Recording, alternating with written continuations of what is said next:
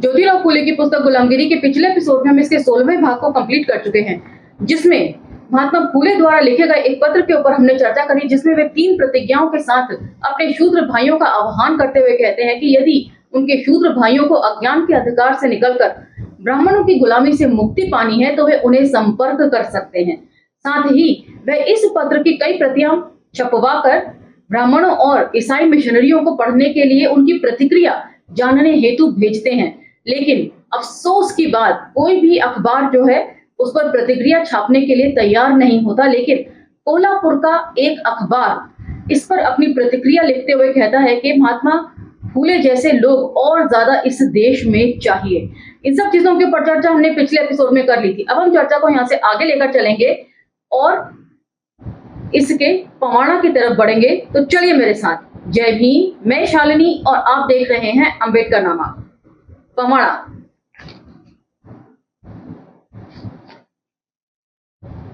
Engineering विभाग में ब्राह्मण कर्मचारी किस तरह लूट खसोट करते हैं, इसके संबंध में। वैसे इस पवाड़े के ऊपर चर्चा हमने एपिसोड 19 के अंत में कर दी थी और महात्मा फूले ने उसमें स्पष्ट तौर पर मेंशन किया था कि आगे जो है पवाड़े में ये सारी बातें वे लिखेंगे। तो सुनिए, ये कविता की फॉर्म में है। जाहिर सी बात है, अंग्रेजी और मराठी भाषा में कविता लिखी होगी, उसका हिंदी रूपांतरण होने में जो है वो राइम नहीं है इसमें, जैसे कि हम गा लेते हैं ना राइम करते हुए, तो इसलिए थोड़ी हिंदी में पढ़ने पे अटपटी लगेगी। मगर सुनिए। पेशवाई दक्षिणा विलासी इंजीनियर खा जाते, बोलकर बोरियां भर भर कर ले जाते ध्रुपद। भीख मांगते लज्जा न आए, घर घर घूमते, आलसी धर्म की छाया में शरण पाते।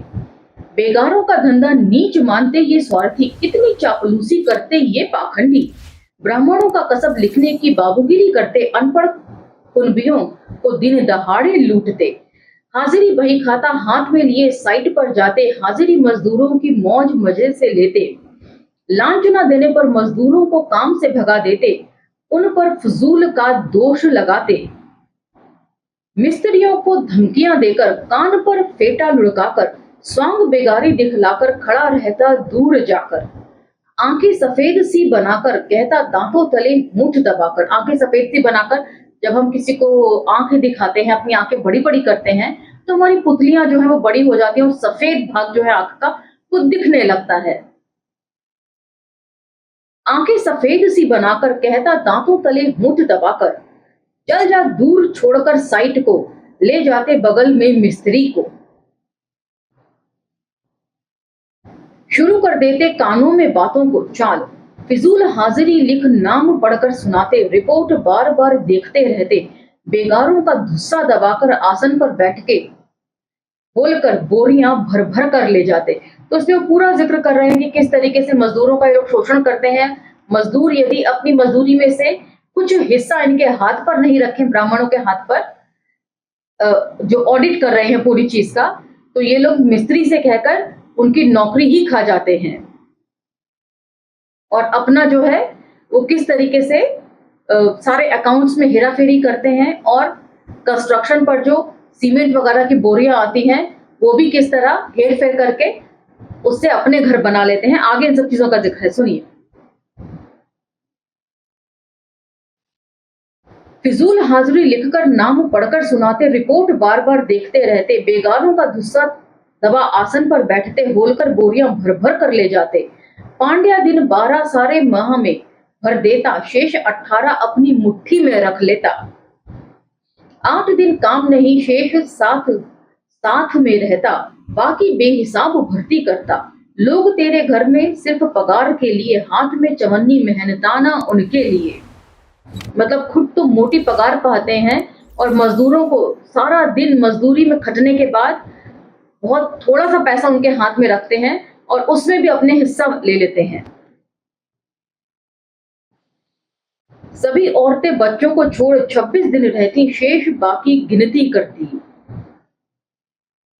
मतलब औरतें जो है वो जब रजस्वला होती हैं तो उनको अपवित्र मान लिया जाता है महीने के 5-6 दिन। रांगिया नांगिया बच्चे नहीं थे 2 दिन तक, भर देते अग्रिम सिर्फ पेशगी लायक। रोजी बैल दिन 10 नहीं महीने में कम, वही रे उसकी गति चाल। मतलब खुद तो आते हैं और खाली हाजिरी लगाकर मौज मस्ती करने के लिए चले जाते हैं और मजदूरों को सारा दिन खटाते हैं, और अगर मजदूर किसी हारी बीमारी के चलते साइट पर न पहुंच सके तो उसकी नौकरी ही ये लोग खत्म कर देते हैं। हम जाति से ब्राह्मण जाते लाचार होकर, रिश्ता धर्म का दिखलाकर मोहित करते धीरे कहकर। मतलब अपना मतलब निकालने के लिए तो सबको हिंदू फोल्ड में ले आते हैं कि तुम तो हमारे जात बंधु हो, जात बंधु नहीं तो कम से कम धर्म बंधु हो, हमारी तरफ ही रहो। और इस तरह से अंग्रेजों के खिलाफ इन्हें भड़काते रहते। नजरें सरकारी छुपाकर करो हमारा पालन, बांध कर कमर में धोती, नौकरी की क्यों चिंता करते। रोज का नित्य कर न टलता, 8 बजने का समय जान घोड़े पर चढ़ते, घर का रास्ता पकड़ते, लौटते समय बागों पर आक्रमण करते, बोलकर बोरियां भर भर कर ले जाते। तो इन सब चीजों का जिक्र जो है 19th एपिसोड में हम लोगों ने किया है। महात्मा फुले कहते हैं कि किस तरीके से शाम को ये लोग घर जाते हैं, मुंह हाथ धोते हैं और बग्घियों पर बैठकर जो है अपने लोगों से मिलने जुलने निकल जाते हैं, तफरी करने निकल जाते हैं, और वापसी में लौटते समय ये नहीं देखते कि किसी खेत को रौंदते हुए निकल रहे हैं। मिस्त्री के प्रियजनों को खोज निकालते, उनकी हाजिरी भर देते, घोड़े के पीछे एक साथी देखकर उसे फुसलाते, भूत पिशाचों की खुशामद करते। भोला भाला मिस्त्री कहते कहते घमंडी बन जाते, अपने अहंकार को और भी जगाते, बीच में कभी भोजन दे दिवाकर वश कर लेते, देखो कैसे मौका खोजते। भोजन परोसते स्त्री कहती जलाने को लकड़ी नहीं, अपने शौहर को छोड़कर आने को कहते। मतलब कितनी छोटी छोटी बातों पर औरतों का ये शारीरिक शोषण किया करते थे। चूल्हे में जलाने के लिए अगर लकड़ी नहीं है तो उसके बदले में भी वे उनके शरीर का समर्पण चाहते हैं। सब्जी भाजी का ठिकाना नहीं, खेड़े की बस्ती नींबू अचारों तक ही रहती चाल, परोसते बहुत दूर से, मांगल्य में होने का नखरा दिखाते, मीठी मीठी बातों से माया जाल में भुलाते, भोजन के मुंह में फंसाकर, देखो अपना स्वार्थ साधते कैसे भुलाकर, जगह शुद्ध कर लेते बाद में गोबर पोत कर चाल। मतलब अछूतों को छूना भी इन्हें गवारा नहीं है, उनकी छाया लगने से भी ये लोग अछूत हो जाते हैं, तो उनके हाथ का दाना पानी तो रहने ही दीजिए, लेकिन उनकी स्त्रियां इनको चले जाती हैं शारीरिक शोषण के लिए। रात भर उनका शारीरिक शोषण करते हैं अछूत स्त्रियों का, और बाद में सुबह गोबर लीपकर पूरे जगह को ये लोग पवित्र बना लेते हैं। दागता हूं देखकर घाव को, छोड़ दो तुम इस नीच कर्म को, अंगार लग जाए तुम्हारे इस धर्म को, संकट देखते धीरे से मिस्त्री मुंह से चलता लगता, शेष सभी दूर हट जाते, मिस्त्री को प्रेम दिखाकर गला घूंटते, बोलकर बोरियां भर भर कर ले जाते। ये तीसरा पैराग्राफ समाप्त हुआ। घास के लिए बिन बेगारी घोड़ों की भर्ती, बारी बारी से घोड़ों को खुजलाते, गांव की शूद्र औरतें बर्तन मांजती, बेगारी लोग बिछौने लगाते, पागल जैसे कुनबी देखकर पांव दबवाते और मजे की नींद ले लेते। तो कितने तरह की ये लोग बेगारी करवाते थे, उनसे अपना झाड़ू पोछा करवाते, बर्तन मंजवाते, अपना बिस्तर लगवाते, यहां तक के सोने के समय पैर भी दबवाते। स्वजाति के भिखारी ब्राह्मण काम पर ले जाते, कहकर भीख दिलवाते, मिली भीख का बंटवारा हुजूर साथियों को देते, समझदारी बार बार दिखलाते। मतलब हर जगह जो भर्तियां होती हैं, हर महकमे में ये लोग अपने ही जाति बंधुओं की भर्ती करवाते, अंग्रेजों से भीख मांग मांग करके, ये बहुत अच्छा है इसे रख लो। इस तरीके से इन लोगों की मैरिज डिसाइड हुई है। दफ्तरों के बंधे हुए हफ्ते और मिलने भी जाते, सिपाहियों को बीड़ी के लिए बुलाते, यहां पहुंचे गोरे आकर कचहरी तंबू लेकर, थक गए शिकार खेलकर कागजों पर दस्तखत कर, शोभा देते खास कोच में, आंखें दौड़ाते अखबारों में, देखो नजर गड़ाते बीच बीच में चाल, बिगारों की मुर्गियां आदि चीजों की भरमार, और फिर बीच में पैसे खाने में भी न शर्माते। मतलब अगर कोई मुर्गी पालता था तो उसकी मुर्गियां ये लोग मुफ्त में मंगवा लिया करते थे, और ऊपर से यदि वे मजदूरी करने के लिए आता था काम पर तो उससे पैसे भी ऐंठते थे। और ऐसा करने में उन्हें कोई शर्मिंदगी महसूस नहीं होती।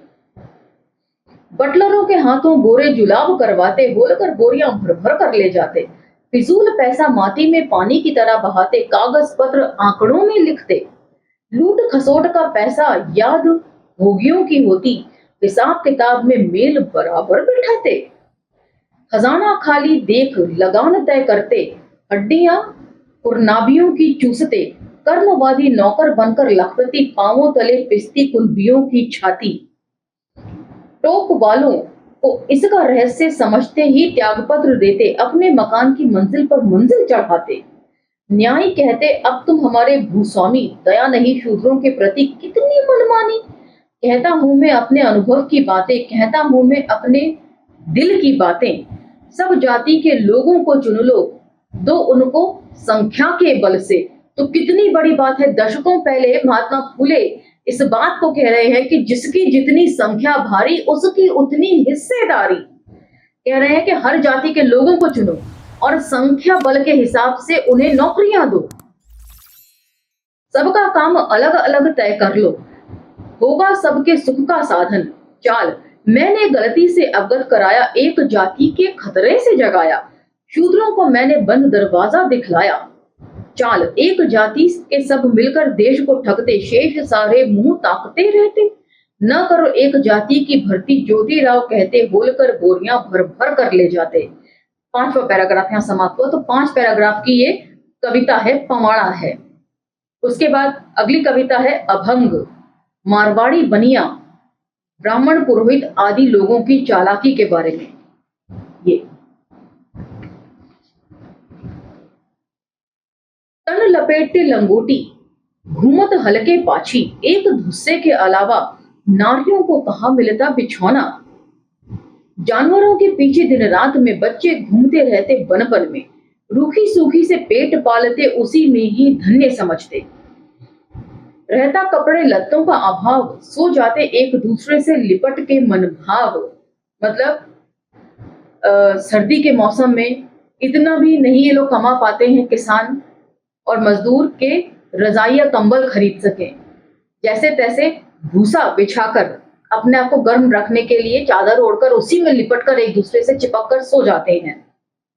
सरकारी पट्टी नेट बांधते 3 चोटी गांठ, कर्ज रोकर लिखने में आनाकानी, देखो निर्दय मारवाड़ियों की बेईमानी।